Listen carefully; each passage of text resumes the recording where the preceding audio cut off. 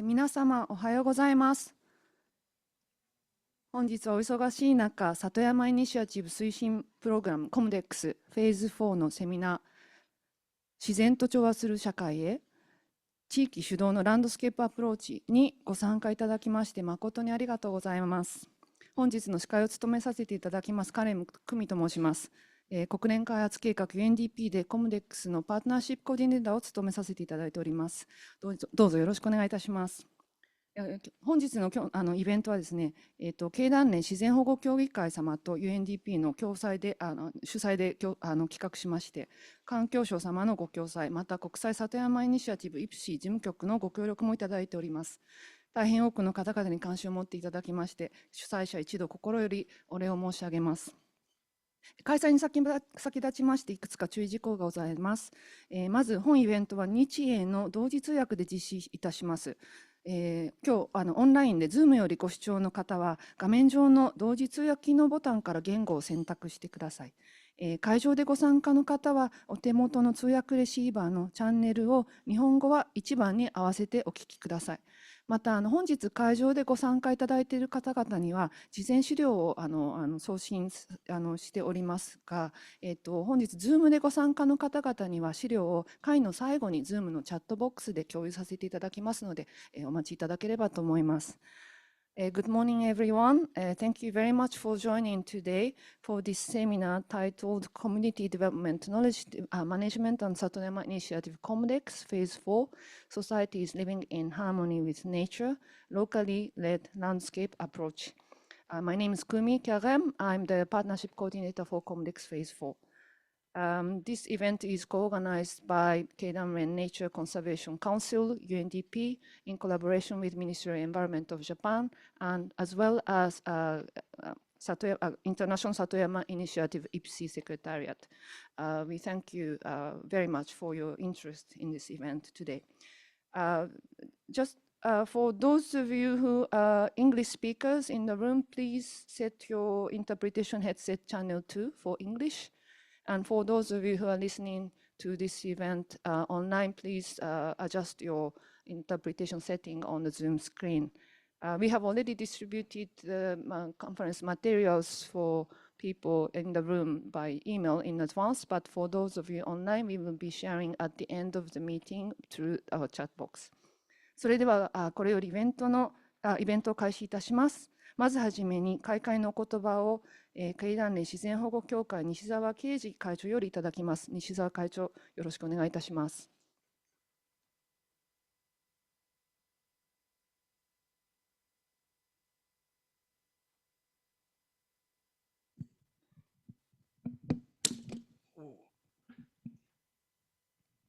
皆さんおはようございます。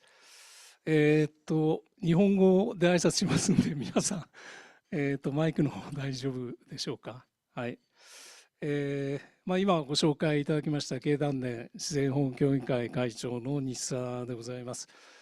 開会にあたりまして一言ご挨拶をさせていただきたいと思います。本日はこのように多くの企業の皆様にご参加をいただきまして本当にありがとうございます。また UNDP の皆様、そして共催をいただいた環境省の皆様、そして本日ご登壇をいただく皆様にも心より御礼を申し上げます。このプログラムを見ますとね、今日はコスタリカ、トルコ、カメルーンと、いろんな地域からご参加いただいて、かなり遠方からね、長時間飛行機に乗られて大変お疲れだと思いますけれども、ぜひ今日一日よろしくお願いしたいと思います。さて、世界は昨年はですね、世界各地で記録的な猛暑が観測されまして、UNEP の最新の調査では、現在の環境政策のままでは世界の平均気温、これが産業革命前と比較いたしまして 3.1 度も上昇し、破壊的な環境になると警鐘を鳴らしています。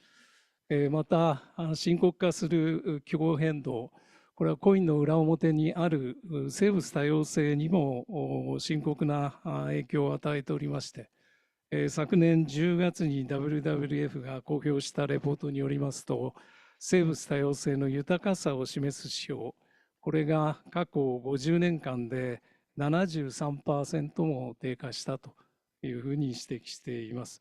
このように地球環境、まさにティッピングポイントを迎えているわけでございますが、この深刻な状況に歯止めをかけ、ネイチャーポジティブを実現していくためには、あらゆるステークホルダーが具体的なアクションを起こして、その好取り組みや効果を、世界に広めていく必要があると考えております。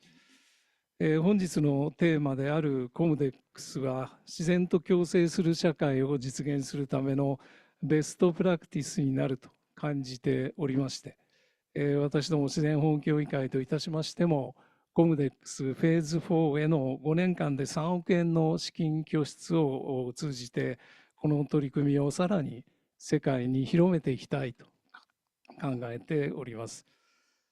本日はこの後 UNDP や国連大学サステナビリティ高等研究所の皆様から世界各地のコムデックスの取り組みや現地における支援活動などについてお話をお伺いしますが、ご参加の会員企業の皆様におかれましても、各地域での取り組み事例から得られる知見を今後の活動の参考にしていただくとともに、引き続き積極的なご支援を賜りますようよろしくお願い申し上げます。最後になりますが、コムデックスの活動が自然と共生する持続可能な社会の実現に向けて、貢献し、人々のウェルビーイングにつながっていきますことを心より記念いたしまして、私の挨拶とさせていただきます。ご清聴ありがとうございました。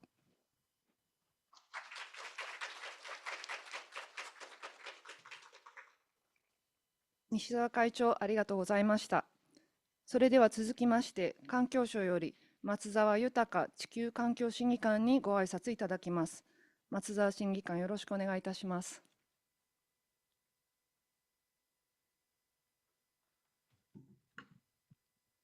ご紹介いただきました環境省の松澤でございます。開会にあたり、一言ご挨拶申し上げたいと思います。本イベントを主催いただきました、経団連自然保護協議会の皆様、それから国連開発計画 UNDP の皆様に心より感謝申し上げます。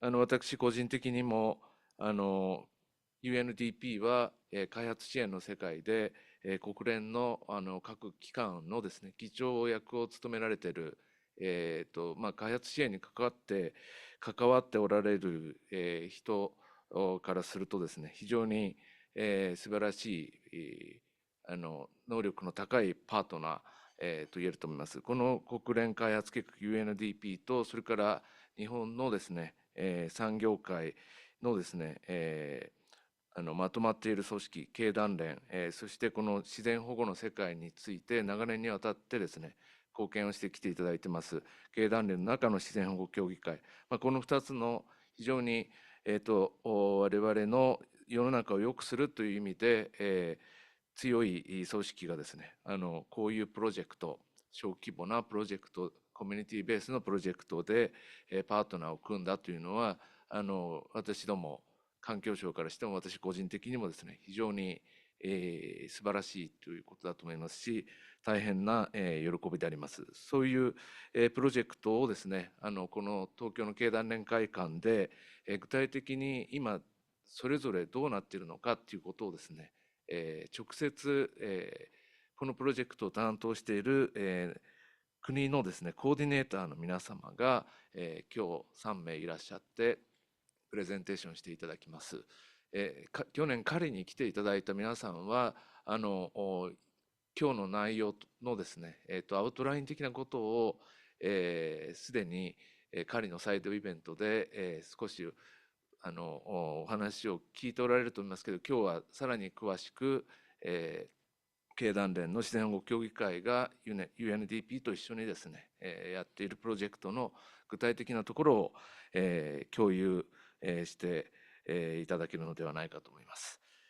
今、COMDEKS はフェーズ4ということで、15カ国展開しているところなんですけれども、この COMDEKS についてはフェーズ1から3まで、行われてきているんですが、日本の提唱してます里山イニシアティブっていうですね、生物多様性の持続的な利用、いろんな国々地域でそれぞれやり方あると思いますけれども、これを、世界の皆さんと共有をして、こういうアプローチを広げていったらどうかっていうのが里山イニシアティブですけれども、それを、具体的にプロジェクトで、どういうそういうアプローチをするとどういう、どのように世界を良くすることができるかっていうことをですね、取り組んでいるのが、この COMDEKS というふうに言えると思います。これまで累積で27カ国、でプロジェクトを行ってきております。で、このフェーズ1、フェーズ2までの結果が、今のクミン・モントリオール、GBF のですね、国際生物多様性枠組みのこれを作る上でですね、非常に知的貢献ができたというふうに、世界でも評価されているというふうに考えております。去年、イプベスのネクサス評価報告書が公開されましたけれども、国立環境研究所の研究員の土屋さんという方が、このネクサス評価報告書のポイントというのをですね、非常に分かりやすく、国立環境研究所のウェブサイトで公表されています。その中の一つを引用させていただきますと、ネクサス評価報告書のポイントの一つに、生物多様性、水、食料、気候変動のすべてが100点満点の未来を実現することは難しいけれども、すべての改善を同時に達成することは可能だというふうに、土屋さんは紹介されています。先ほど、西澤会長のお話にありましたけれども、ネイチャーポジティブも含めてですね、気候変動ですとか、水、食料、健康、こういったものを改善することが同時達成することができるということだと思います。この解決策をぜひ COMDEKS フェーズ4でですね、改めてですね、このネクサスアプローチ、統合的なアプローチが求められている中で、15カ国のそれぞれのプロジェクトサイトで発見をすることができると大変我々にとっては喜ばしいというふうに思っております。最後にこのフェーズ4を支援していただいている経団連自然保護協議会、それからファイナンス的には経団連自然保護基金、そして国連開発計画、国連大学サステイナビリ高等研究所、さらに、生物多様性条約事務局の皆様に、この4組織の皆様に深く感謝を申し上げたいと思います。今回のイベントがですね、今のクミン・モントリオール生物多様性枠組み実施の、具体的なこの成果をですね、我々確信できるような、そういう有意義な機会になることを期待したいと思います。どうもありがとうございました。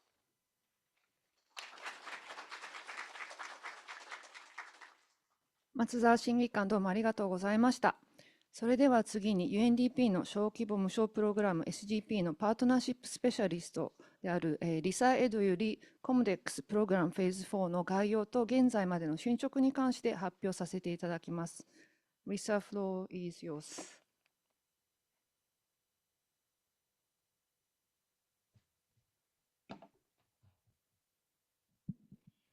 おはようございます。Good morning, everyone. It's my pleasure to be here with you today for this another event featuring COMDEKS Phase 4. We've had several of these events over the last few years, and it's really a great opportunity to share knowledge and learning about what's taking place on the ground at the local community level. So today I will be presenting a very short presentation on COMDEKS Phase 4. But before I get into COMDEKS Phase 4, I just want to present a little bit on the Small Grants Program. So as you know, COMDEKS Phase 4 is being implemented by the United Nations Development Program, but specifically through the Small Grants Program. So the Small Grants Program was established in 1992, so we are well over 30 years in terms of implementation. And what we do is provide financial and technical support to local communities and civil society organizations around the world to implement environmental projects. But not only projects that focus on environmental benefits, there are also social benefits and local empowerment taking place through the Small Grants Program projects.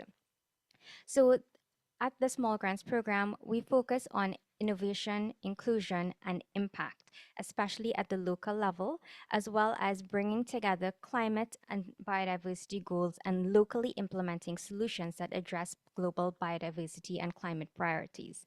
So the Small Grants Program is primarily financed by the Global Environment Facility, and as I said, it's implemented by the United Nations Development Program. But in addition to the Global Environment Facility, or the GEF, we also have partnerships with other donors and partners around the world. For example, Japan, Keidanren, Government of Australia, the Government of Germany, all support various thematic areas, and we use the Small Grants Program mechanism to implement these partnership programs and funds. So SGP, the Small Grants Program, plays a very key role in bringing together local communities, civil society, governments, private sector, and other partners to work on systemic changes from the ground up. So it's really a bottom-up approach to sustainable development. And through these locally led small-scale projects, we are actually addressing several sustainable development goals, but at the local level. So it's really a program that localizes implementation of the Sustainable Development Goals. So the Small Grants Program is currently active in 127 countries. So it's a global program, but implementation actually takes place on the ground at the local level with local partners.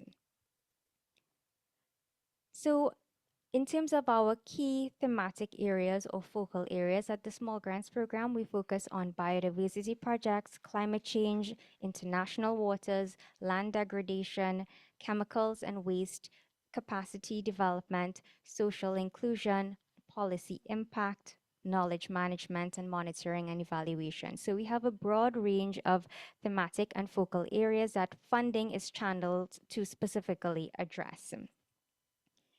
At the country level, we have country teams made up of national coordinators and program assistants that actually manage the projects on the ground. And today you'll be hearing from 3 of our national coordinators in terms of how they actually do this successfully on the ground. In addition, they are supported by the National Steering Committee. And the National Steering Committee is really an important governance mechanism at the local level. It's a voluntary committee that's made up of civil society organizations, government partners, technical experts, academia, private sector.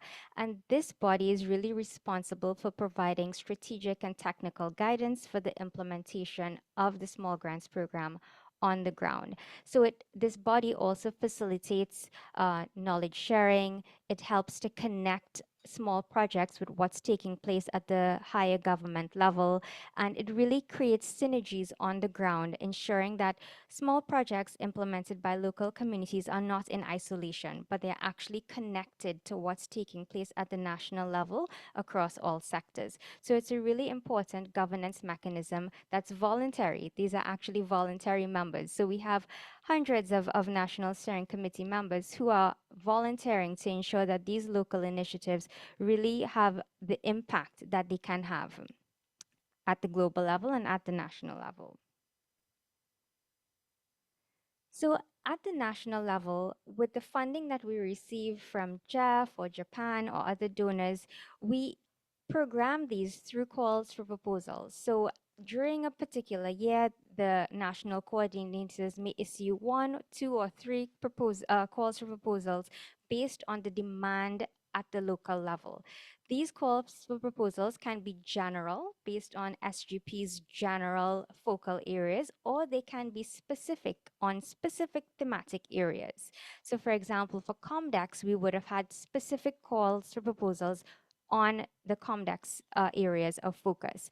And grants are usually around 50,000 US dollars. That's the maximum size. But there are also smaller grants called the planning grants that communities with lower capacity can access to actually help plan the implementation of a larger $50,000 grant.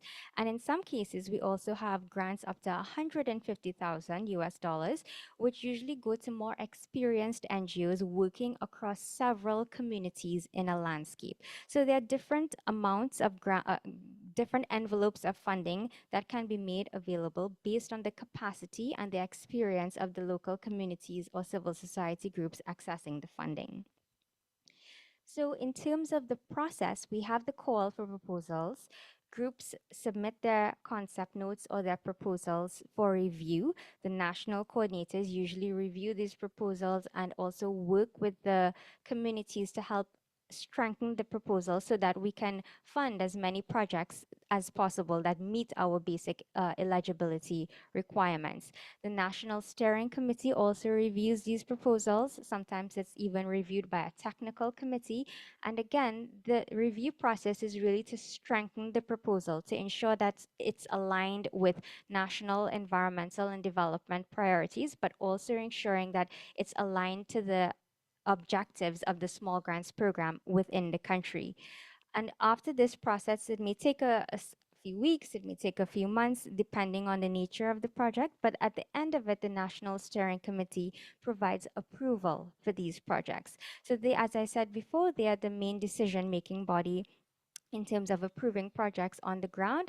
Once a project is approved, then it's over to our national coordinators and our program teams in country to support actual implementation on the ground in terms of collecting knowledge, collecting impact, monitoring and evaluation. So this is where our national coordinators play a crucial role in supporting the actual projects on the ground, but not just in terms of monitoring, but ensuring that the capacity of the organizations are also built and that we are supporting to empower their actions on the ground to have the greatest impact that we can have.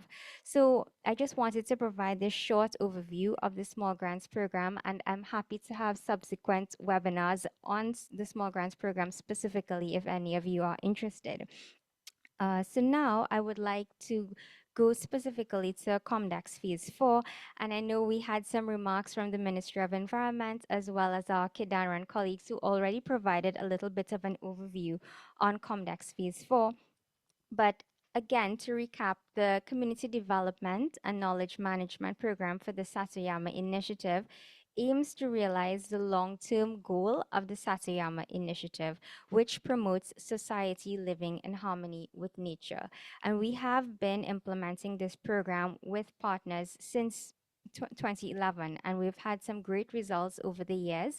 And this is why we really wanted to scale up the work that we have been doing through COMDEKS through a fourth phase. And thank you to the Ministry of Environment of Japan, as well as Keidanren Nature Conservation Fund for providing us with the funding to actually do this work in Phase 4, as well as IPSI, UNU, and the CBD Secretariat, who are also providing technical guidance at the global level. So we launched the fourth phase at COP15 in Montreal 2022. And the fourth phase is really supporting locally led action that's focused on conservation, restoration, and sustainable use of resources. And these aligned to the Global Biodiversity Framework's targets 2, 3, and 10. So what we are doing again is through the Small Grants Program and through COMDEKS Phase 4, we are localizing the implementation of the Global Biodiversity Framework so that local actors have a key role in actually enhancing the environment and the landscapes and the seascapes that they live in. COMDEKS is using a landscape and seascape approach, and methodology, meaning that in each of the countries where we are implementing COMDEKS Phase 4, a specific geographic region has been selected where we will be focusing the investment. So, for example, in Cameroon, we are working in the Bogo landscape. And within this landscape, we will be funding various projects, maybe 10 to 15 projects with funding received from Japan. And the idea is that within these landscapes, even though the projects may be focusing on different thematic areas, for example, one project may focus on agriculture, another may focus on youth empowerment, another may focus on women, the idea is that all of these projects are working on various aspects of biodiversity conservation or climate work. And through these actions, they are connecting to each other. And overall, over a period of time, the impact and the improvements that we see in the landscape can be attributed to the work of these small projects on the ground. So they are not working in isolation, but they are working together to enhance biodiversity conservation within the particular landscape. So this is the approach that we have taken in COMDEKS Phase 4 as well as in previous phases. So as mentioned before, we have a specific time frame that we're implementing COMDEKS Phase 4. We've received or will be receiving close to 1 billion Japanese yen to implement these projects in 15 countries. And this work is aligned to the Sustainable Development Goals as well as the Global Biodiversity Framework, as I mentioned before. So I wanted to share this slide which focuses on the approach that we take in COMDEKS. So I mentioned that we work within landscapes and seascapes, and these landscapes and seascapes are selected through a consultation process with local communities, with civil society, with government partners, and other stakeholders at the national level. Once these landscapes and seascapes are selected, we do baseline assessments. We use various tools such as the resilience indicators to determine what's the state of biodiversity conservation in the landscape. What are the issues that local communities are experiencing? And through these consultations, what are the projects and ideas that are being generated at the local level that can potentially be funded through COMDEKS? So over 2023, 2024, this is the work that we have been doing. We have been having a range of consultations at the local level to design strategies to implement funding through COMDEKS Phase 4. And our national coordinators will be speaking a little bit about this process today, how they did these consultations, how the landscapes were identified, and how solutions were also identified at the local level. COMDEKS is also working on capacity development. So this is crucial to the work of COMDEKS, building and strengthening the capacity of local communities so that they can utilize the funding so that they can be empowered to implement projects that really make a difference to them in their locality, in their daily lives. Another important aspect of COMDEKS is the knowledge sharing and the scaling up and the replication of good practices. And so through Phase 4, we are actually doing this, learning from lessons from previous COMDEKS phases, as well as SGP's work in these countries. We are learning and scaling up some of the best practices from previous phases. So this is an adaptive process, an iterative process, a learning by doing process. And it really involves close coordination between our national coordinators on the ground and civil society and local communities. It's not just about providing the funding, but really hand-holding and guiding communities to reach their potential in terms of what they can actually do to achieve biodiversity conservation in the landscapes and seascapes that they work. So we have a few thematic areas that we are specifically working on in COMDEKS. The first one is on landscape and seascape diversity, ecosystem resilience, and integrity. This thematic area has some corresponding indicators that we are using to measure the progress of this work. And these are just some examples of indicators corresponding to this particular thematic area. As the projects continue to be implemented and as they reach their later stages, we will be collecting data on some of these indicators, and our national coordinators work with the grantees and work with the National Steering Committee as well to collect data and to record the progress against the various indicators. So this is how we can say, you know, at the end of the 5 or 6 year period implementing COMDEKS, we can say a total of 100 or 200 hectares have been conserved or restored in this particular country. So this is how this process works, and this is very much aligned to what the Small Grants Program does in its day-to-day activity. So this is not new. This is something very much that's complementary to the work that the Small Grants Program is already doing on the ground. So this is an example of one of the thematic areas on landscape and seascape diversity.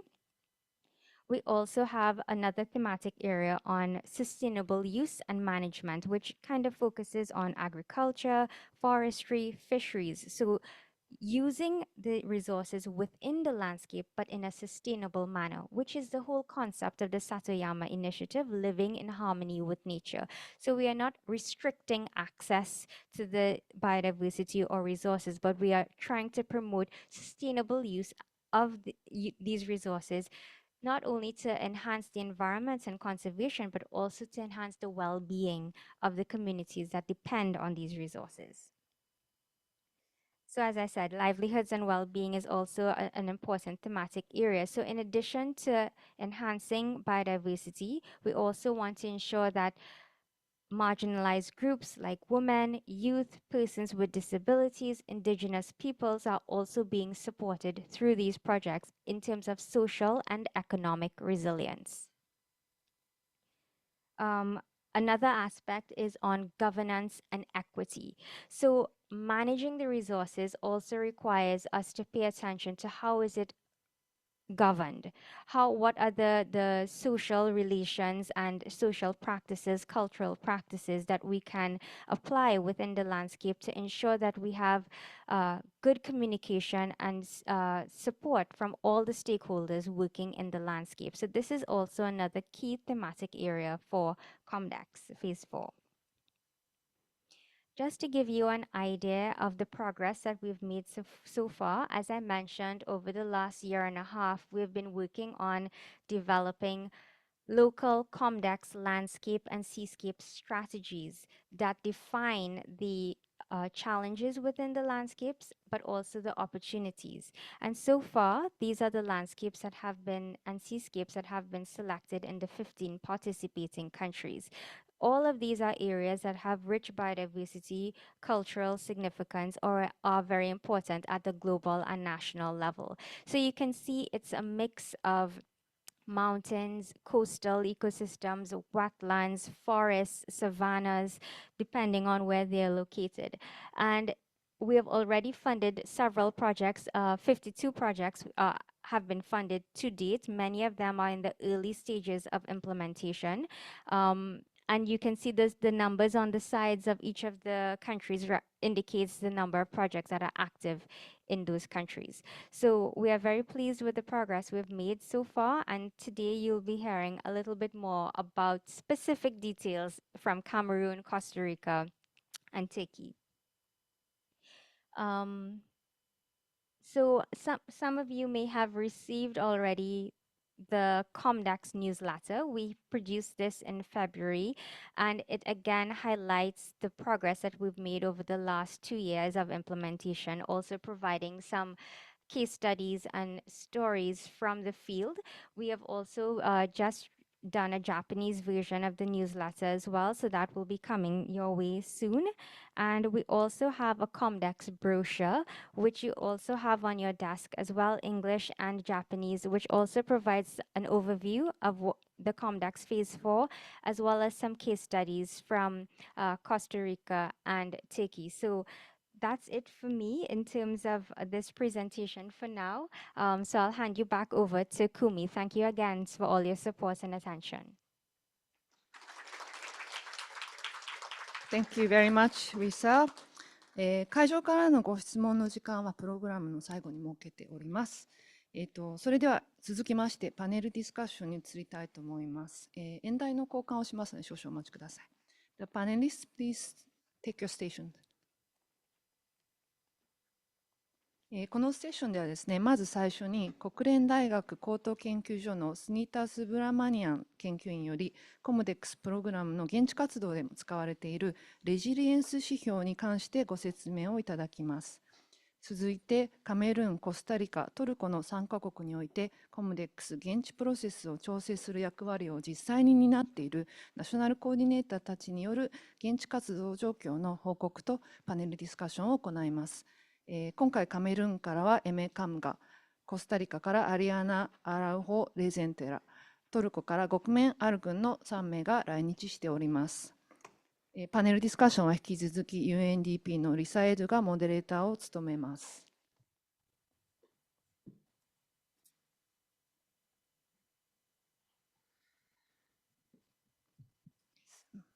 Thank you so much, Kumi. So now we get into the most exciting part of today's event, which is the panel discussion. And we have our dear colleague Sunita from UNU, who will be starting us off on the panel discussion. Sunita has been working with us together with the IPSI Secretariat for a long time on COMDEKS, and over the last year, they have developed a revised toolkit on the resilience indicators, and we have been using this methodology in COMDEKS since previous phases. The revised indicators were issued, I think, in June or July of last year. So Sunita is going to give us a brief presentation on this and tell us how is this helping to support participatory community-based environmental conservation. Over to you, Sunita. Thank you, Risa, and good morning, everyone.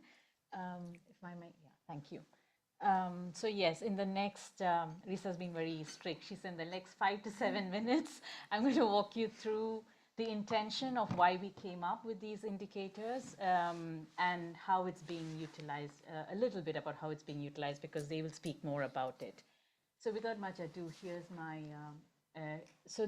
my presentation. So I think initially, just to get us all on the same page, in 2010, when the Ministry of Environment of Japan and UNUIAS came up with this response to COP10 of setting up the Satoyama Initiative, a new term also came into being, socio-ecological production landscapes and seascapes. That's a relatively new term. It's a systemic approach. It looks at socio-ecological systems. It acknowledges the interdependencies and the interconnectedness between society and nature, looking at it as one functional unit.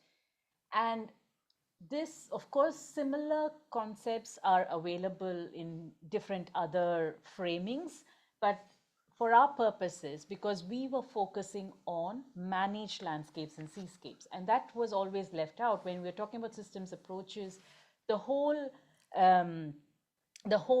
discourse in conservation was about conservation. It's about biodiversity conservation, was about, fencing. Protection was a big deal at that time.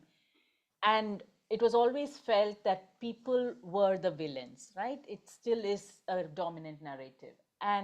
But if we don't get the 70% or the most of the world to get engaged in sustainability-oriented practices, then we are never going to achieve all these various goals that we are setting for ourselves. So and acknowledging that over centuries, people have been engaged in various activities that are ensuring that we live in harmony with nature, our focus has been on looking at production landscapes and seascapes, which is where people live and interact with other parts of nature with which they do not probably actively engage in production activities, but are using the benefits that come from those. So for instance, for forests and all of that. So essentially, we are targeting a landscape approach. And I just have listed a set of characteristics of what a SEPLS is. So these are socio-ecological systems. They are, as I said, they are utilitarian spaces. We get some benefit from them, whether it is tangible or whether it's intangible. So it could be, it's a sacred space, it's a space for education, it's a space for leisure, etc. But all of this matters. And it is also a set of interconnected mosaic of ecosystems. So it's not one single ecosystem, as Risa's presentation showed, it could be multiple types of ecosystems within a landscape. And there are different types of actors also there. People are also very diverse. There are some who want to do, who are, the private sector, let's say, for instance, who have certain interests. The government has certain interests. Local communities have certain interests. People within local communities have certain interests, the women, youth. So it's diverse users. They have different value systems, therefore different priorities about how they want to use the landscape.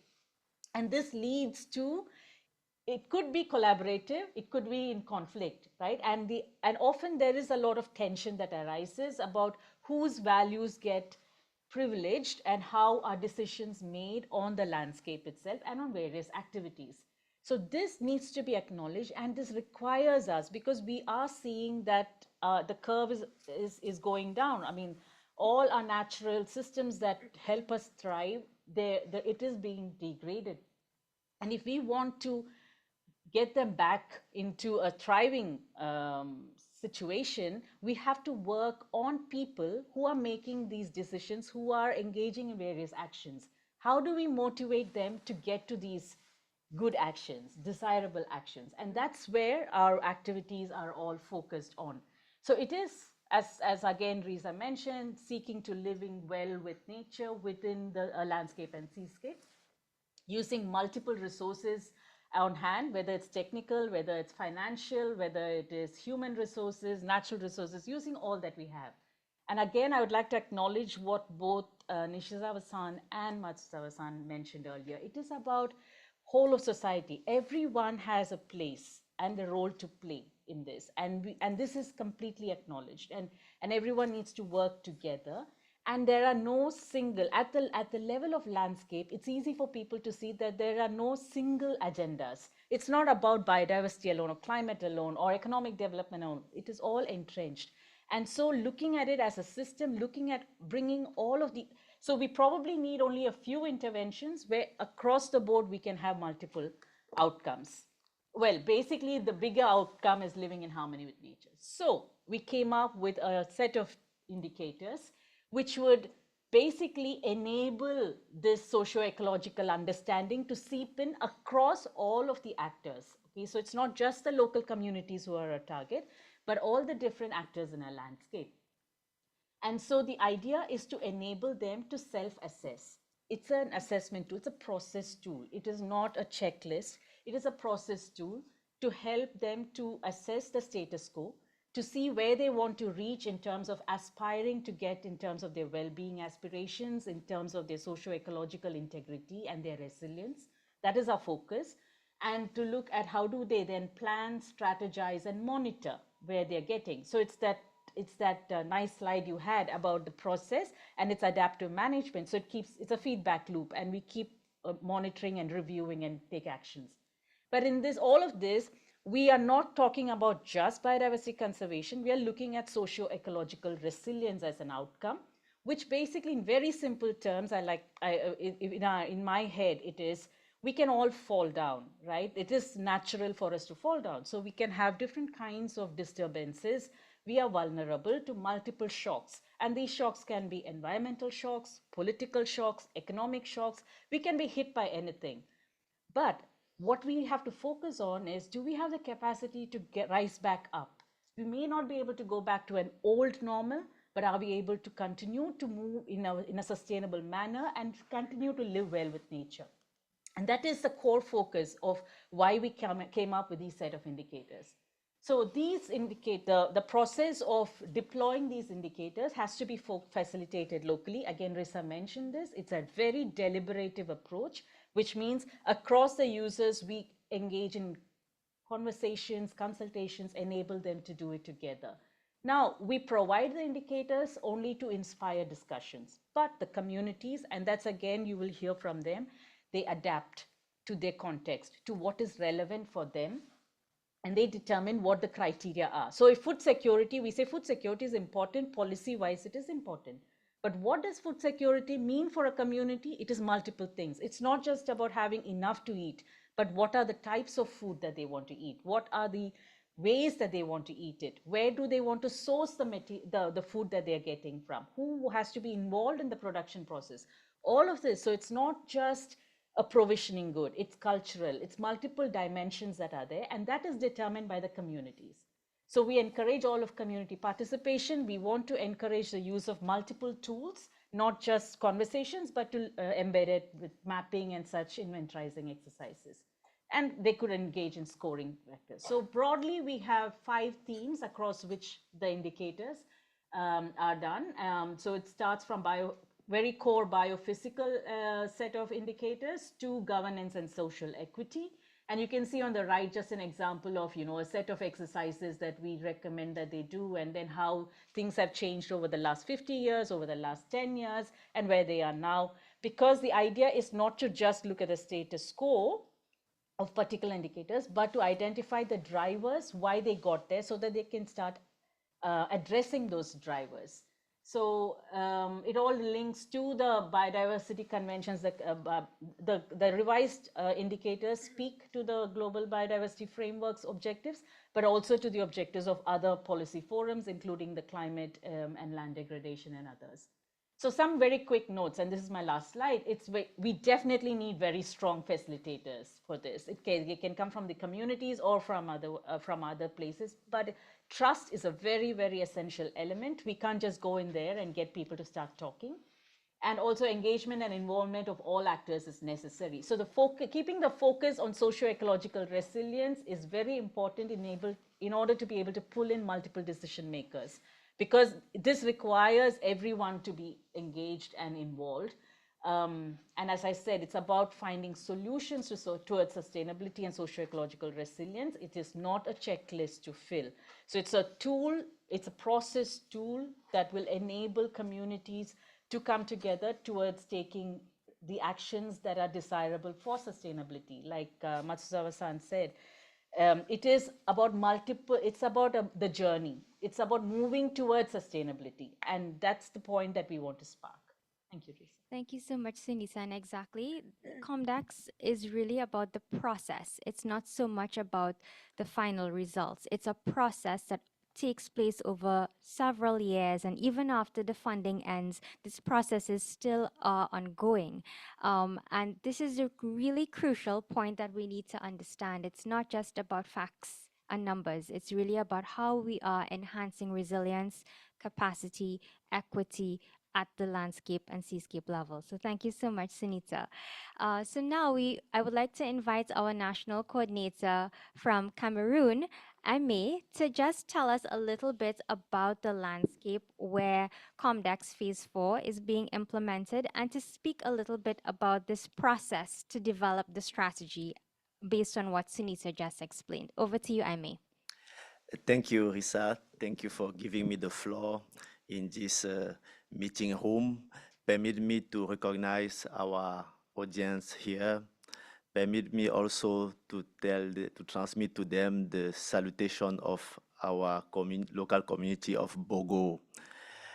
Since we were informed to participate in this COMDEKS 4, the local community insists, with the support of government and some of our national member of steering committee, to conduct this phase in the same landscape. Based on that, our National Steering Committee select an organization called SAID, which will conduct our baseline study, and make some consultation with the government, with National Steering Committee, with the community on the field, and based on the funding, at the end, this organization proposed to us a strategic document for COMDEKS 4. That document is that document helps us now to implement this 4th phase of COMDEKS. But let me precise that to conduct the baseline, the organization SAID work with the resilience indicator also to conduct this consultation on the field. As she already mentioned, we adapt based on the condition, based on the locality. Our landscape is called Bogo. It's from the Bogo district in the far north of Cameroon. It's a specific zone for many reasons, rich for its diverse culture, rich from his biodiversity, also rich from his position in the sub-region. We have the main cattle market there using by Cameroon, Nigeria, and Central Africa. And we have the corridor to feed cattle. So our landscape is a very special zone for Bogo Phase 4. Thank you, Risa. Thank you so much, Aimee. And now, just to take you to Cameroon via a video, we have a short video on the Bogo landscape, and it highlights some of the challenges as well as some of the activities that are taking place through COMDEKS Phase 4. So enjoy the video. Dans le paysage aride mais riche en biodiversité de l'extrême nord du Cameroun, les communautés locales coexistent avec une nature fragile et précieuse. Pourtant, les écosystèmes de ce paysage sont aujourd'hui menacés par l'étalement urbain non planifié, la surexploitation des ressources naturelles, les inondations, érosion, feux de brousse, surpâturage et les effets du changement climatique. À 38 km de Maroua, dans le département du Diamaré, région de l'extrême nord, au cœur de la savane arbustive se dissimule un paysage terrestre d'environ 950 km² dans le cadre féerique, associé à la nature sauvage d'un paysage touristique. Bogo illustre ces défis. Avec une population de plus de 128 000 habitants, cette zone sahélienne voit ses ressources naturelles s'amenuiser sous la pression croissante des activités humaines. Face à ces défis, le programme de développement communautaire et de gestion des connaissances pour l'initiative Satoyama Phase 4 et le Small Grants Programme, par une approche participative et inclusive, a décidé de subventionner des projets communautaires portés par les organisations de la société civile locale pour soutenir l'engagement actif des communautés dans la gestion des ressources naturelles, la gouvernance et l'autonomisation des femmes et de jeunes filles. Le but étant d'étendre et garantir une gestion durable de la biodiversité, une meilleure gouvernance et des activités de subsistance avec les communautés locales dans les paysages terrestres et marins de production socio-écologique. Le projet COMDEKS vise le renforcement de la résilience écologique, sociale, économique de la communauté rurale du paysage de Bogo vers une gestion durable des ressources naturelles. Les principaux défis auxquels nous nous attaquons sont d'abord la dégradation de ce paysage de Bogo et également l'insécurité alimentaire au sein de ces communautés et également la mauvaise gouvernance et la mauvaise gestion des ressources naturelles au sein de ces communautés. Et pour atteindre ce nombre d'objectifs de développement, le projet vise premièrement d'abord à renforcer de manière durable les écosystèmes naturels à travers des activités de reboisement pour augmenter les services écosystémiques que ces ressources naturelles rendent à ces communautés dans ces cantons. Ensuite, le projet vise à promouvoir l'agroécologie et l'agriculture biologique pour faire ancrer les bonnes pratiques agroécologiques et faire valoir les savoirs locaux et traditionnels qui promeuvent la production durable.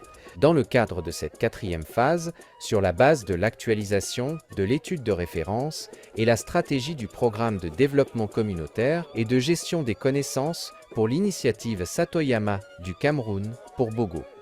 Réalisé par l'ONG SAILD, 6 projets ont été sélectionnés et sont mis en œuvre pour répondre aux défis environnementaux et économiques du paysage de Bogo. AGC est en train de mettre en œuvre un projet dans l'agroécologie, c'est-à-dire faire de formation à ma communauté sur les serres arborées et l'autonomisation de femmes et aussi il fait dans le biogaz. Grâce aux formations que nous avons reçues, nous avons appris à alterner les cultures et à utiliser des engrais naturels. Maintenant, nos sols sont plus fertiles, nos récoltes sont meilleures et nous avons même des surplus à vendre. La réussite de COMDEKS repose sur l'appropriation locale des initiatives. Pour garantir leur pérennité, la formation des habitants et la transmission des savoirs sont essentielles. En favorisant une gouvernance participative et en documentant les bonnes pratiques, le programme assure que ces avancées se maintiendront sur le long terme. On ne s'arrête pas là où le projet s'arrête. Le projet nous a montré, mais nous on continue jusqu'à l'infini. On continue de former aussi d'autres jeunes et femmes pour qu'eux aussi ils sortent de l'endroit là où ils sont. Préserver la biodiversité, renforcer les communautés, promouvoir un développement durable, telle est la mission de COMDEKS. So much. I hope that through this video, you were able to get a better sense of what's taking place on the ground and to see some of the faces of the community members who are actually benefiting from these resources that you have provided us with today. So thank you so much, Aimee. I would like to now pass on to Ariana from Costa Rica. If you can answer a similar question in terms of the landscape that was selected and the process used to develop the strategy. Well, thank you, Risa, and I want to take a space to thank you all for the support that you're giving to our countries and these local communities, because it's really crucial for us to have this support, and thanks for the opportunity of coming here and presenting what we are doing at local level. We are working in Seascape. It's a gulf. It's one of the deepest in water spaces in Costa Rica, and it contains different islands. We are focusing on 3 of the main islands because of its importance in terms of ecosystem and biodiversity. There's different ecosystems like mangroves, estuaries, tropical dry forest, and marine habitats. And each one of them had really importance in terms of biodiversity and also for the local communities because they rely deeply on these natural resources. So this landscape was selected because of this high conservation value and also because of its deep nature connection.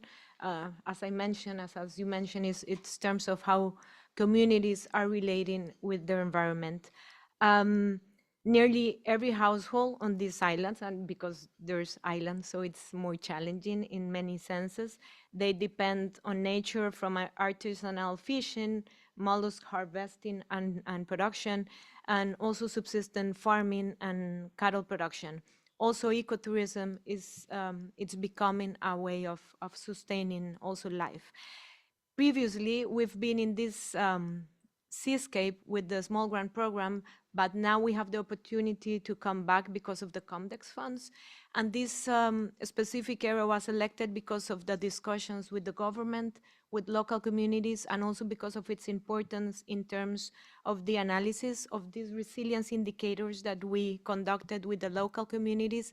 We have identified many community-based organizations already working with the specific projects on diverse thematics that they needed support. So it was really crucial to understand what was going on at the local communities and also which organizations and institutions, other NGOs, government agencies were supporting these groups and how we could establish some specific partnerships to enhance all the work that was already going at the field level.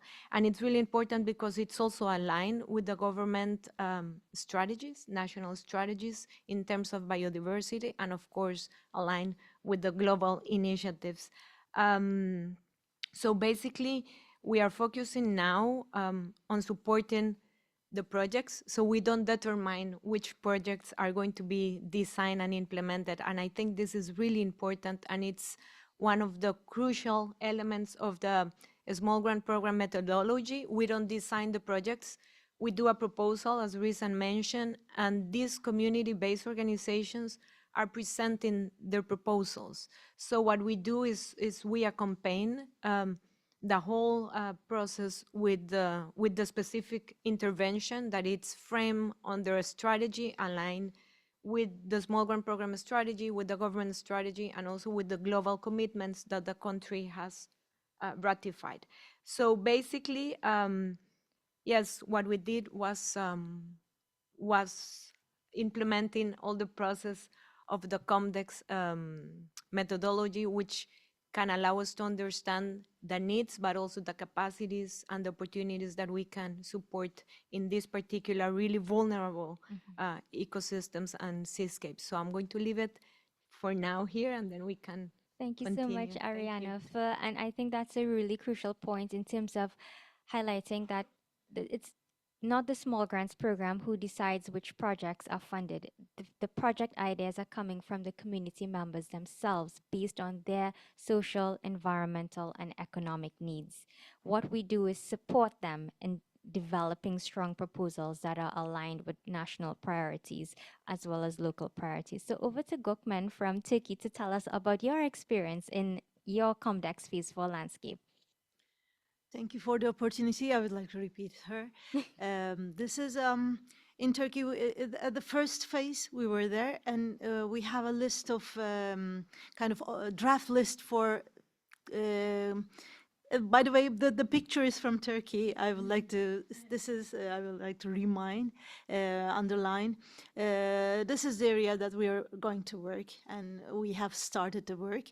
So this is in the list of potential OECMs, socio-ecological production landscapes, and this is the fourth phase of in Turkey. So. There are two specific reasons that we have selected this region. This is in the north part of Turkey, at the Black Sea region. Two deltas. One is a very big one. It's 70,000 hectares. And the other one is almost 30,000 hectares. And in between, there is a city. Like, imagine this. There's a big delta, but there are birds, so many species. It's a wetland, it's a forest, it's a coastal area, it's almost 7 different habitats, a variety of species in this close to city living all together. And also there is a production. The production supports the city and also the national scale.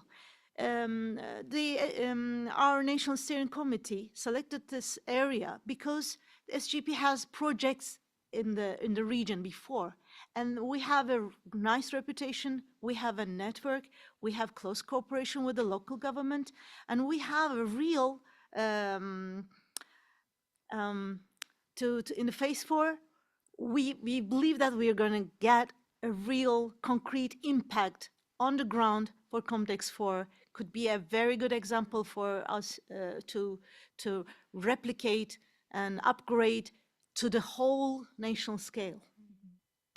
And the second reason for us, by the way, the buffalo cream is the output one of these production. I take a little box for you to taste, please don't forget. And the second reason to selection is the Turkish government is strategically focused on climate change for 4 different regions to make the strategical implementation of climate change responsibility as a country. So this area is one of them. So we can have a chance to linkage the biodiversity and climate actions all together within these projects. And all these projects also linked. That's it. Thank you so much, Gökmen, and thank you all of you so far for explaining the linkages between local community priorities, but as well as national and government priorities as well. So through the process of using the resilience indicators and the participatory consultations and discussions, these strategies were developed to address local as well as national needs. So I would like to go back to Aimee. We saw that beautiful video just now, and we know that several of your projects are well underway in terms of implementation. Can you tell us very briefly about some of the impacts that you're seeing, some of the good results and practices that you're seeing coming out of COMDEKS Phase 4 so far? Thank you, Risa, for giving me the floor once again. we have just started with some project on the field, 7 months now, and we have some result. The first important result is in our collaboration with the government university. We have 6 projects on the field, and each project work with an intern coming from the university to enable our youth to know more about what we are doing on the field on this COMDEKS initiative. So we have now we have 11 students working in our project on the field. Another result is, our landscape have 12 villages. In the previous phase, we work only in 6 villages. But the community have decided that now that they want COMDEKS to come on all the village. From now, we are working in 11 villages over 12. So we are expecting by the end of this program, we will cover all the area of our landscape. So that these are the main 2 impact after 6 months implementation on the field. Thank you, Risa. Thank you so much, Aimee. And I think what's also a great impact in Cameroon is the engagement of women and the focus on women empowerment on the ground. As you saw from the video, a lot of good projects are taking place with women as the priority, but also women leading the activities as well. So it's really an opportunity to empower this vulnerable group. And many times in many communities, they are often marginalized. But here in Cameroon, we are actually giving them a voice in terms of their economic resilience and environmental resilience as well. So thank you, Aimee. I want to pass to Ariana from Costa Rica, but before that, I want to show a video from Costa Rica so you can see some of the islands and the Gulf that Ariana was speaking about. So thank you for showing the video. Toda la vida he vivido aquí, en la isla, y no me veo viviendo en otro lugar.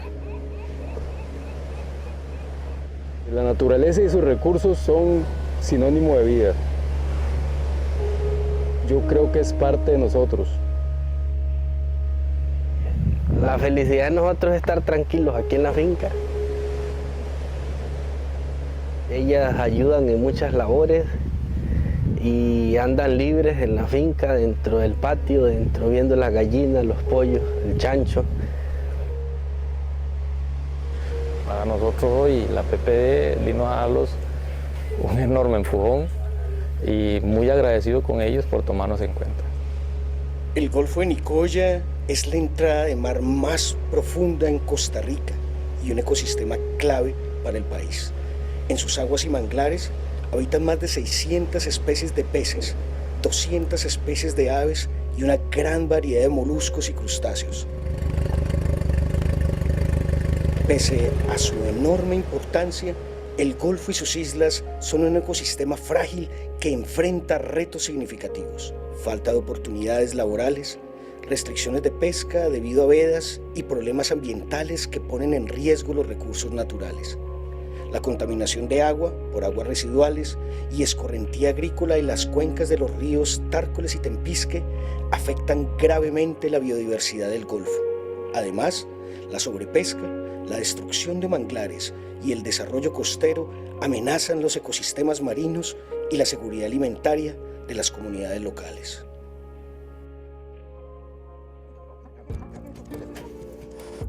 A pesar de estos desafíos, organizaciones comunitarias trabajan activamente para conservar los recursos naturales y mejorar la resiliencia de sus comunidades. Gracias al apoyo del programa de pequeñas donaciones y los fondos de COMDEKS financiados por el Ministerio del Medio Ambiente de Japón y el Consejo de Conservación de la Naturaleza Keidanren, estas comunidades pueden implementar proyectos que combinan la conservación ambiental con el desarrollo socioeconómico.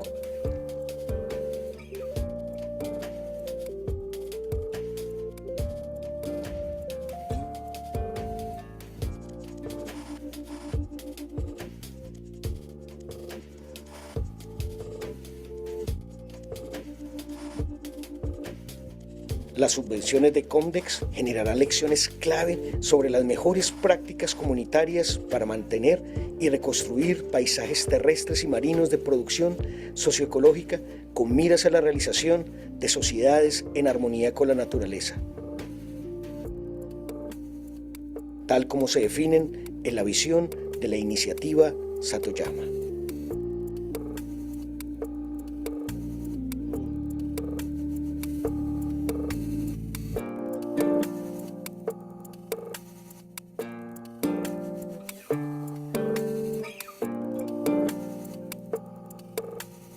Los proyectos recopilan y distribuyen conocimientos y experiencias de acciones exitosas sobre el terreno para su reproducción y ampliación en otras partes del mundo.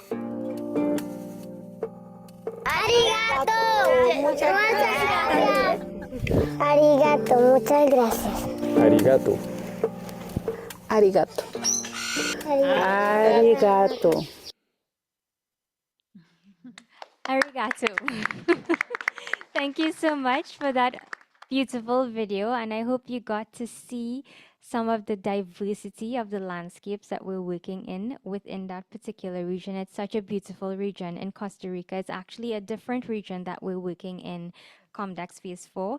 In the previous phases, we worked more at the watershed level, but now we're working at the coastal island level. So it's a different approach, but we are still transferring the lessons that we've learned from previous phases to this phase now. So thank you so much, Ariana. Can you speak a little bit about some of the projects? You showed us a variety of projects under implementation. Can you speak a little bit about what's intended for these projects? Yes, just in general, and as you saw, well, there is this region is facing some issues like overfishing in the past, mangrove degradation, contamination of some of the watersheds, and soil erosion. Together with climate vulnerability, you mentioned the challenges of what we are seeing in terms of the global environment. So there's initially 5 projects that are starting now, and they reflect the variety of solutions that the communities are implementing towards this problem. So it's not focusing only on the problems, but what are the specific responses of the communities at local level. In this sense, there's a group of women that they are going to produce organic vegetables, because if given it's an island, there's a lack of fresh products. So they have the capacity to build within protected environments. So they are going to start revitalizing a business they already had on organic production of lettuce, tomatoes, vegetables for the communities. And we want also to promote a local market, so to activate the production and to enhance food security and sovereignty, not only food security. There's another project focusing on sustainable cattle, but they are also going to produce low carbon cattle and the protection of a specific forest and watersheds restoration. So there's also availability of water for cattle production and forest restoration, as I mentioned. We are working with 3 groups of fishers. So this is important because they are responsible for monitoring responsible protected areas. So this is a big responsibility and a big challenge for communities, because they have the responsibility of ensuring that there's only sustainable and certain specific types of fishing arts used within their sea space. So this is challenging because they need equipment, they need capacity strengthening, organizational strengthening, and financial also resources to do these tasks. And some of these groups are focusing also on the restoration of mangroves and the monitoring of endangered species. So through these projects, they are going to strengthen their capacity to monitor, to register data of a specific endangered species. But also there's one specific project that it's focusing on the production of mollusks. So it's the first harvested production of a specific mollusk within this region. And we want also to make sure that they have a commercial value of their production. They are going to expand the amount of these mollusks they are producing. And we want to make sure there's the traceability to take these specific resources to high up end markets so that they can also value the environmental and the social and economic importance of this alternative in a place like this. And there's a really important one, which is the first time that we are doing this within the small grant program in Costa Rica, and it's thanks for it's because of COMDEKS that we can do this.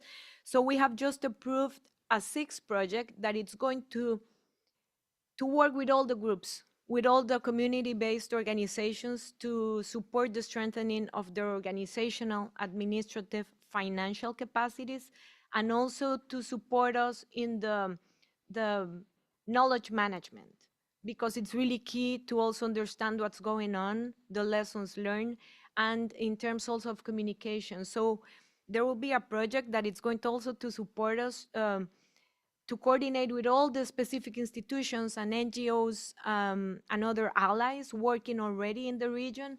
So it's the first time that we would have a specific project to support the whole strategy. So I think it's going to have a great impact, not only on us as a program and the learnings that we have, but also making sure that the projects are more sustainable, that the organizations in the future can have access not just to non-refundable funds, but also small loans or credits so that they can actually start their own businesses, not only in a project-oriented perspective, but to make it sustainable in the future. So that's really important for us, and that's a general idea of what you saw also in the video.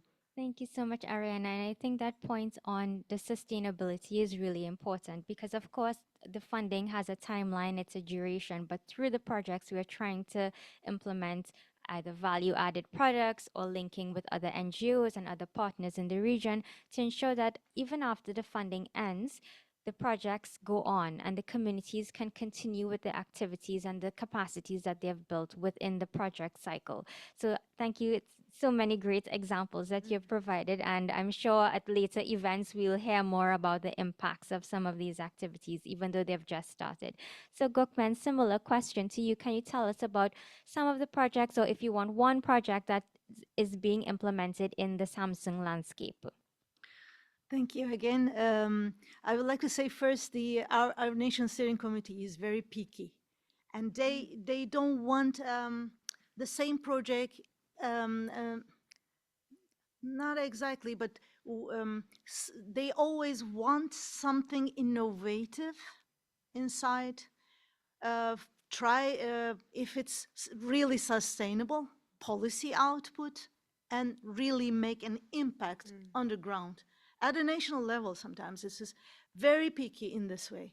So we are in the 4th phase, but we are not repeating any of the projects. We are recreating within a different vision, within a wider impact way. So I would like to I really would like to explain all of it. So and from 7 projects, I have some admired popular projects for myself, but I picked the new one, which is I would like to go into detail what the project it really means. This project is about the, swampen. You know the bird? Swamp hen. It's a bird, right? It's a bird, yeah. Swampen. Maybe it's sasorozu in Turkish. Sasorozu. It's totally different name, but it's the purple one, not the one in here. So like the other storks and all this stuff, they are living using the same ground with the paddy areas, the rice plants, rice fields, and the rice fields. There are 2, there's a composition of an industrial ones and a more traditional ones, where the buffaloes involved. That's the area. This is the area where you see the sheep. We have also flooded forest. We are also the coastal areas where the water inside really impact on the field, in the production process. So this project that we are supporting would like to compare the benefits of the traditional way and the industrial way, because the industrial way is invading. The scale is because it looks to farmers that more productive, more easy, more cheap to human capacity wise and all this stuff. But at the same time, they are losing that. We will share. We will take the comparison between the fields that use the traditional way and use the industrial way, and we will promote the traditional way because it looks harder, but it has different outputs, not only to conserve a species, but in terms of other things in healthy food, touristic values. There are a lot of stuff that support themselves in more sustainable, briefly. So we would like to make this comparison with this project. We will promote the effective nature-oriented methodologies, practices, and we also teach because the human capacity. There are youngers, new generations come up, but they don't know the traditional how to make the practices. We will cooperate with the elders to teach them what they are doing when they face with some challenge, or how the processes with the traditional one goes. Thank you. Thank you so much, Gokman. And that's a really important point you raised in terms of traditional practices, cultural practices, and going back to those ways, because those ways are actually the ways that live in harmony with nature. And over time, we've moved from that to the industrial ways, which degrades nature. So through COMDEKS, like in Turkey, other countries are also working on traditional indigenous practices and how we can revive these techniques. And as Gokman mentioned, transferring the knowledge from older generations to younger generations as well is really important in reviving and bringing life to these practices that actually are beneficial to both humans and the environment. So thank you so much, Gokman. So I know we are probably running a little bit short on time, but I think the discussions so far have been really helpful to give you a sense of what's happening on the ground. So I'd like to go back now to Ariana, picking up on some of the points that you talked on before. Can you tell us a little bit about the partnerships that have been established in the landscape that you're working in?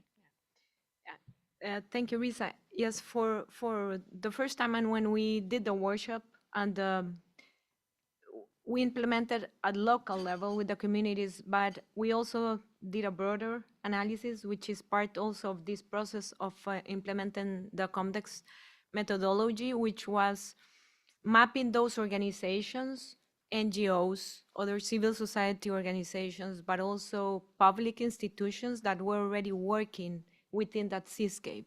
So we did a really intense work in contacting them, having meetings, trying to understand which kind of projects they were doing.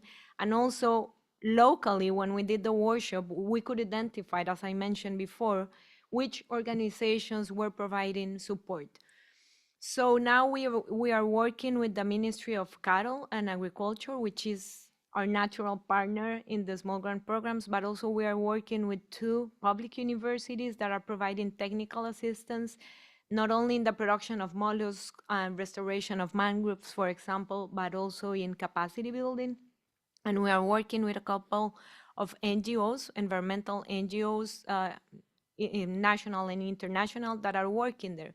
Which is interesting is that before we started this process, they were working there for some time, but they didn't communicate with each other. So they didn't have any kind of partnership. And what we did was trying to tell them, okay, there is the possibility of working with the COMDEKS funds here in this region, and you're already doing some work, you've been supporting the groups.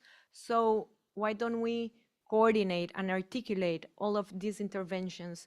So it's really interesting because for the first time, these organizations and institutions they came together to support the community-based organizations in writing the proposals, because that's also part of the small grant program methodology, having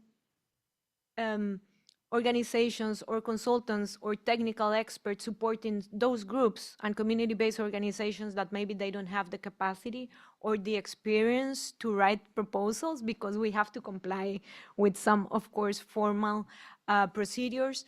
So it was really interesting to see these organizations for the first time saying, okay, I'm working on these topics and we are providing support in these other key elements. So they design the projects together with the groups, but communicating with each other. And all of these 5 projects, they have a common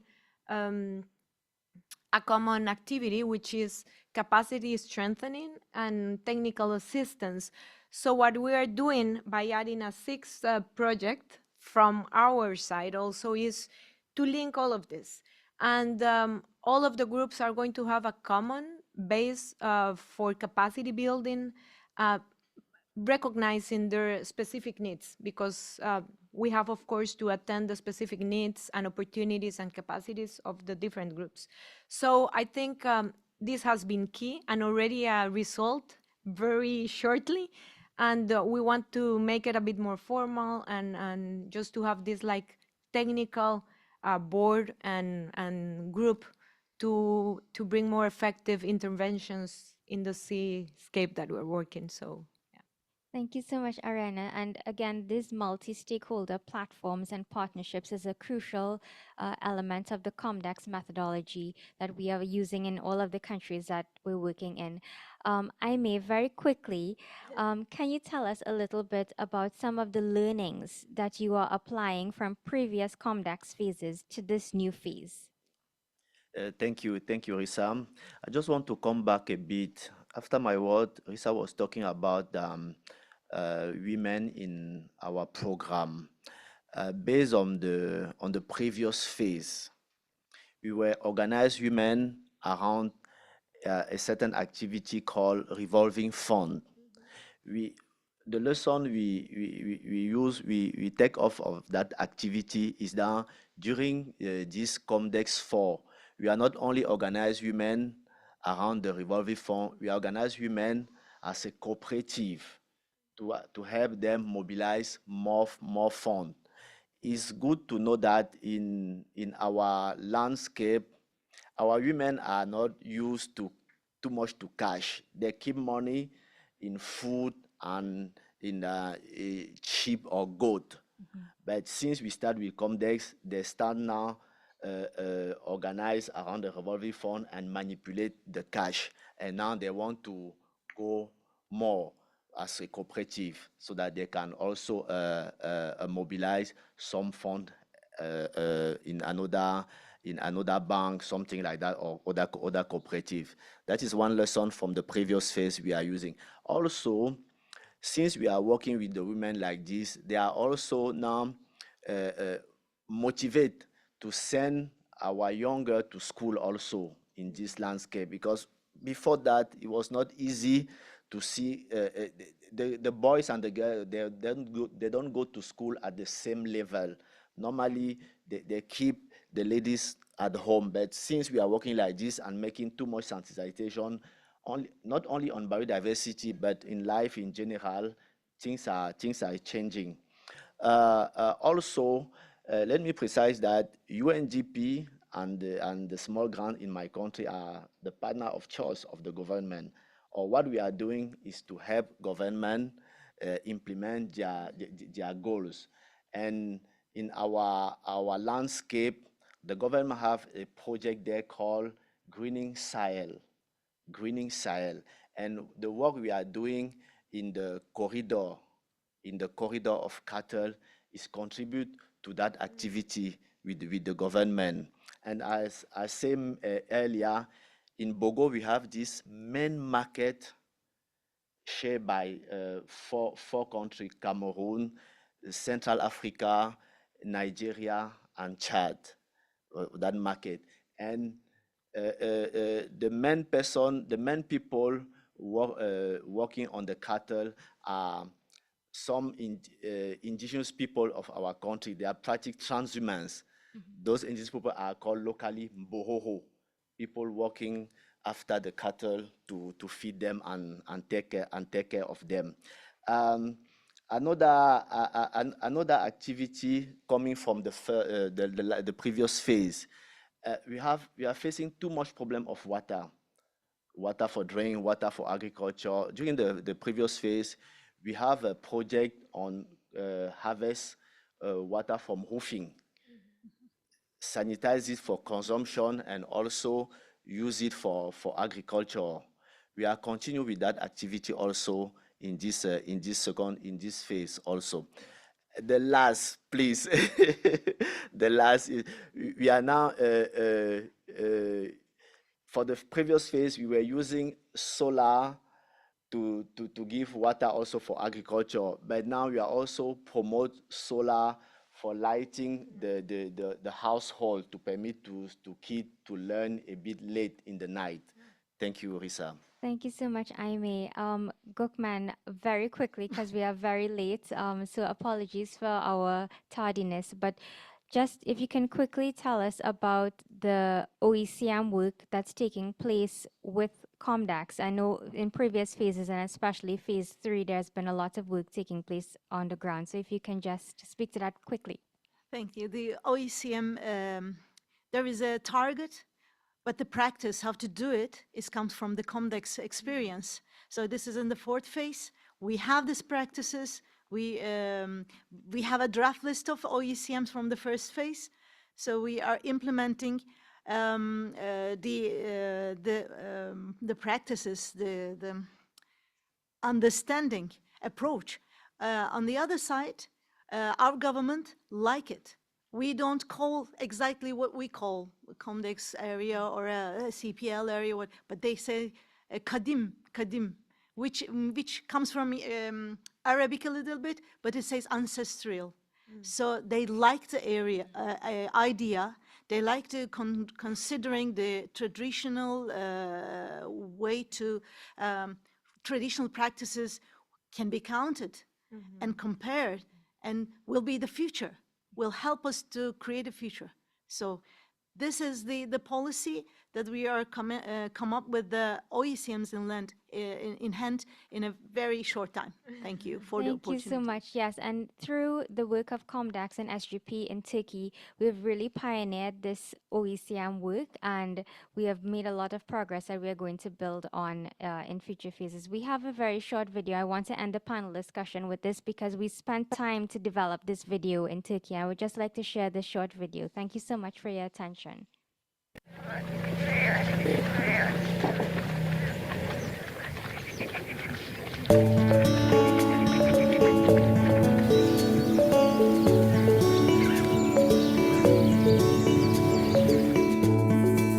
Burası Kızılırmak ve Yeşilırmak deltasını içine alan neredeyse 7000 kilometrekare büyüklüğünde çok geniş ve içinde çok çeşitli sayıda habitat bulunan bir doğal yaşam ortamı. Sulak alanlar, su basar ormanları, çok sayıda korunan alan içerisinde bulunduruyor ve bu da çok büyük bir çeşitlilik. 173 tane endemik türün olması, 2000'den fazla taksonun burada yer alması büyük bir zenginlik. Kızılırmak Deltası, yaban hayatıyla üretim sistemlerinin iç içe geçtiği bir peyzaj. Başlıca yetiştirilen ürünlerden birisi çeltik. Çeltik tarlalarında şu arkamda gördüğünüz leylekler, onlarla benzer bir şekilde saz horozları besleniyorlar. İnsanlar oradaki yüksek taban suyundan faydalanıp ve orada çeltik üretmek için sazlıkların içerisine doğru zaman içerisinde daha fazla ilerliyorlar. Yöre halkının kendi geliştirdiği yöntemler var. Bunların etkinliğini fotokapanlar yerleştirerek izlemeyi planlıyoruz. Samsun Bafra Doğanca Mahallesi'nde çiftçilik yapmaktayım. Mandamız doğum yapmıştı. Yavruyu elimizde büyüttük. Adı da Osman. Delta'ya gittim. Osman dedim. Sadece kafayı kaldırdı böyle, arıyor beni. Nerede? O 150 metreden hayvan bir koptu. Bir geldi beni kokluyor böyle. Manda sevdası geçmişte SGB ile çalıştığımız 2007'li yıllarda önemli ve çarpan etkisi çok yüksek olan bir proje. Konvansiyonel tarımdan gelen kimyasalların alana girmeden temizlenmesi ve yeşil bir geçiş alanı oluşturmak için gayret sarf etmeye çalışıyoruz. Geçmişten günümüze kadar tecrübe ettiğimiz geleneksel yöntemler ile konvansiyonel yöntemleri kıyaslayarak ikisinden de elde ettiğimiz tecrübeleri harmanlayarak geleneksel tarımın genişlemesine katkı sağlayacağız. Bunu yapmak için de elimizde yeterli bilgi birikimi var. Bölgemizde olan tarım lisesi var. Burada kuracağımız tarım ve ekoloji okulu ile genç nesillerimize aktaracağız. Kızılırmak deltasını konvansiyonel tarımdan uzaklaştıracağız. Karadeniz bölgesinde balıkçılık en önemli geçim kaynaklarından biri. Gerek denizlerimizde, gerek göllerimizde, gerek iç sularımızda aile balıkçılığı geçim kaynağı olarak çok önemli bir meslek. Bu sektörde sadece avcılık değil, işleme alanında olsun, lojistikte olsun, pazarlamada olsun, üretim aşamasında olsun kadınlarımız gerçekten çok önemli sesler ve kadınlarımızın sesini duyuracağız.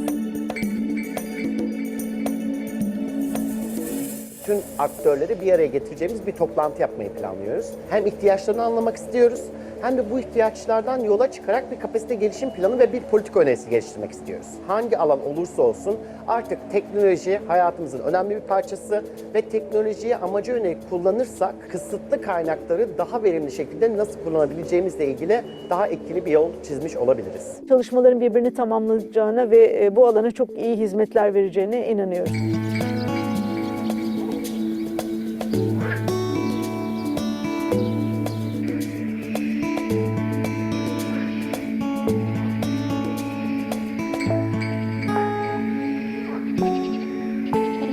Much to all of our panelists, Sunita, Aimee, Ariana, and Gokman, for these amazing practical examples of what's taking place on the ground. And apologies again for the delay. Thank you. Thank you very much. Thank you very much, everyone. 本来この後にですね、質疑応答の時間を取る予定でしたが、ちょっと皆さん遠くから来てかなりの広いランドスケープをカバーして共有したいことがたくさんありましたので、時間の超過関係もありまして、会場にいらっしゃる方々にはこの後終わってから個別にご質問いただければと思います。大変申し訳ありません。質疑応答はスキップしてこのまんま総括に移させていただきたいと思います。Yes, you can go back to your seat, please. We will skip the questions and answers. Thank you very much for your sharing very rich information from the field. では、国際里山イニシアティブイプシ事務局長および経団連自然保護協会運営委員長を務められております渡辺綱夫様より総括の言葉をいただきたいと思います。渡辺様、よろしくお願いいたします。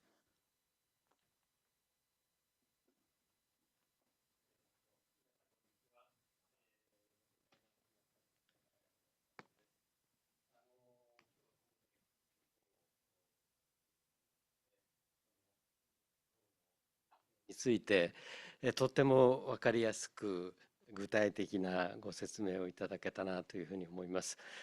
どんな広がりのある空間の中でどんな人たちがどんなふうに関わってこのプロジェクトが進んでいるのかというのが私たちに伝わってきたように思いました。とっても良かったなというふうに思います。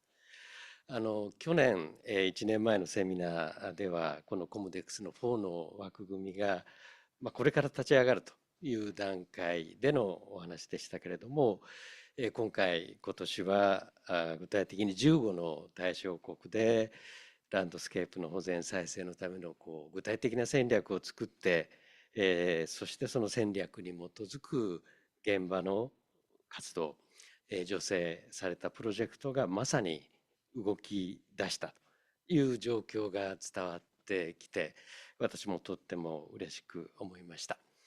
ランドスケープやシースケープを対象とするっていうこのプロジェクトなんですけれども、一体それはどんな広がりなんだろうかなと思って私もお聞きしてきましたけれども、ある地域では流域であったり山脈であったり、今日の話では島とか沿岸の生態系、そしてデルタの湿地、さらに乾燥地の生態系、非常にかなり大きな広がりのある空間を対象にしていて、その中に地域のコミュニティの暮らしがあって生産活動がある、そんな非常に広いランドスケープ、広いシースケープを対象としている。そして、里山イニシアティブの協力活動で作ってきたレジリエンス指標も使っていただきながら、とてもさまざまな関係者が共同して対象としている地域をみんなで見つめ直して、里山里海の保全再生、あるいは持続可能な暮らしや生産活動、そういったものを実現していくための戦略づくりが動いている。人と自然のより良い関係を作り出して取り戻していくための戦略づくりが動いているということを感じましたし、この点とっても重要なポイントだなというふうに思いました。そしてその戦略のもとに対象地域内各地のコミュニティの現場でさまざまなプロジェクト、助成を受けたプロジェクトが動き出している。でしかもそれらが助成を受けたプロジェクトがバラバラではなくって相互につながり合って連携して相互に学び合いながら実施されている。でそのことによって対象とした広域のランドスケープの中で自然と自然のつながり、あるいはこの活動に関わっているたくさんの人たちの人と人のつながり、ネットワークというのが生み出されようとしているということを感じました。でこういった試みやまさに里山イニシアティブの中で育てられてきたランドスケープアプローチ、これを通じて、私たちが目指す生物多様性の世界目標、クンミン・モントリオール生物多様性枠組みの実現、あるいはネイチャーポジティブの実現を進めていく上で、このコムデックスの試みがとっても貴重なモデルになり得るんだなということを私も確信いたしました。ぜひ、里山イニシアティブ国際パートナーシップ IPC の国際的なネットワークも通じて、このコムデックス4のこれからの進展成果を広く、そして継続的に発信をしていきたいなというふうに思います。そして経団連自然保護基金、1992年のリオの地球サミットを受けて設立をされた基金ですが、これまで30年以上にわたって世界各地の自然保護のための NGO 活動を直接基金が支援をしてきました。そして大きな成果も生み出してきました。この基金の設立からちょうど30年経った2022年に生物多様性条約の COP15 が開催されて、そこで今日のテーマのコムデックス4がキックオフ立ち上がるということになりました。コムデックスは里山イニシアティブ COP10 で立ち上がった里山イニシアティブが動き出してすぐにその里山イニシアティブの考え方を現場レベルで支援をして、そのための重要な枠組みとしてコムデックスもスタートをして、コムデックスの1、2、3と3つのフェーズを進めてきた。UNDP が実施機関として中心となっていろんなパートナーの機関と協力して進めてきました。そのコムデックス、環境省がドナーとして支えてきたコムデックスでありますけれども、そのドナーの一員として経団連も参画をし、コムデックスの枠組みに参加することをその COP15 のキックオフの際に経団連からも表明がされたということになります。その経団連がコムデックス4に参加することで、このコムデックスの枠組みを通じて世界の里山、里海の現場の活動支援を進めていこうということで踏み出していただいた。これはコムデックスにとっても大きな力になっていくものというふうに思います。経団連自然保護基金による直接の活動支援と、このコムデックスを通じた活動支援、進め方にはそれぞれ違いがありますけれども、相互に成果や経験を共有してお互いにいいところを生かし合いながらお互いの質を高めていく、そういった両者の連携が深まっていくことがこれからとっても大事になるなというふうに思っています。経団連自然保護協議会では毎年助成をした活動の国内外の現場を視察していただいています。ぜひタイミングを捉えてこのコムデックス4の現場の視察も経団連自然保護協議会で行っていただくとすごくいいなというふうに感じました。そんな提案もさせていただけたらというふうに思います。最後に今日ここに集まっていただきました皆様のこれからの引き続きの応援をお願いして、そして皆さんの力を合わせてぜひネイチャーポジティブ、そして自然との共生の実現に向けて一緒に歩みを進めていけるように願って私からのコメントにいたします。皆さんどうも今日はありがとうございました。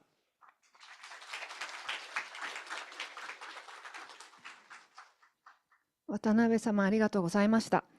それでは最後に閉会の言葉を UNDP 駐日代表ハジュアリッチ秀子より申し上げます。代表よろしくお願いします。どうも渡辺事務局長ありがとうございました。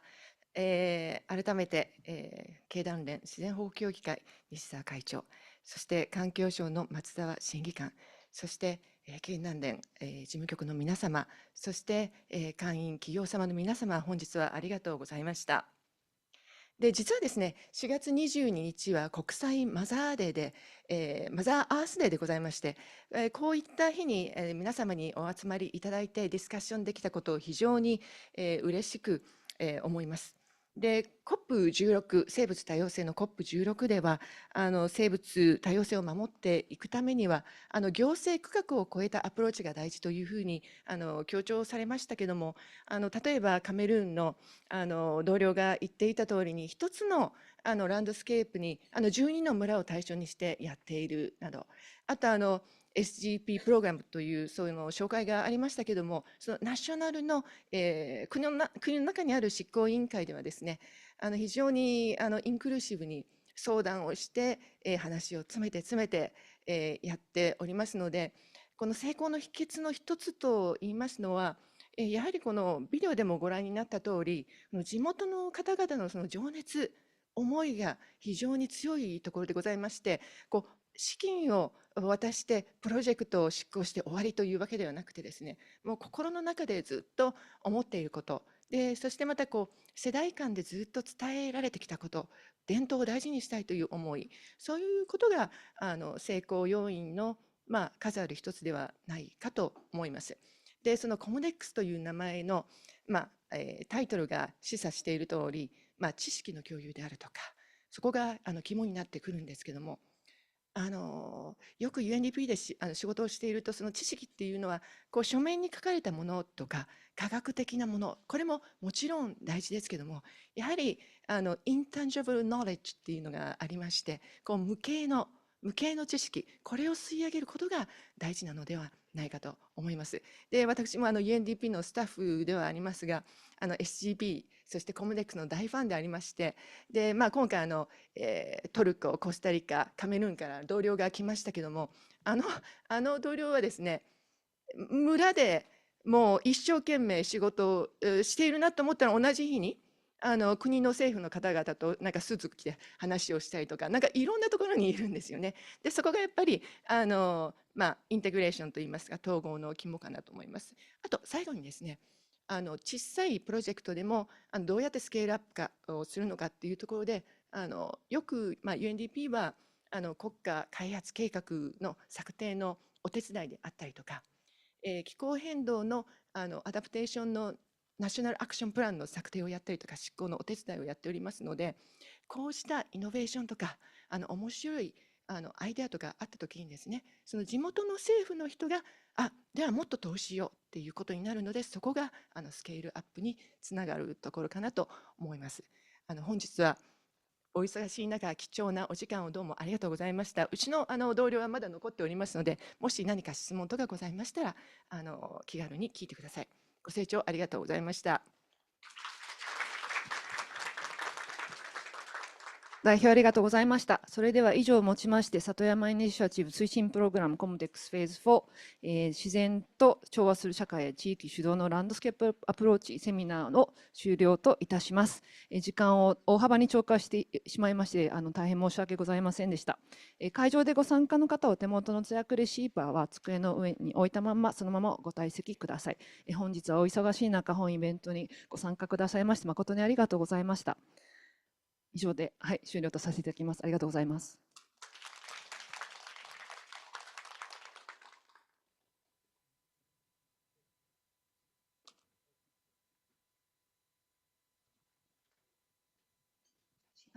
登壇者の皆様は集合写真がございますので、会場の外でお願いいたします。We will take a group photo for the speakers.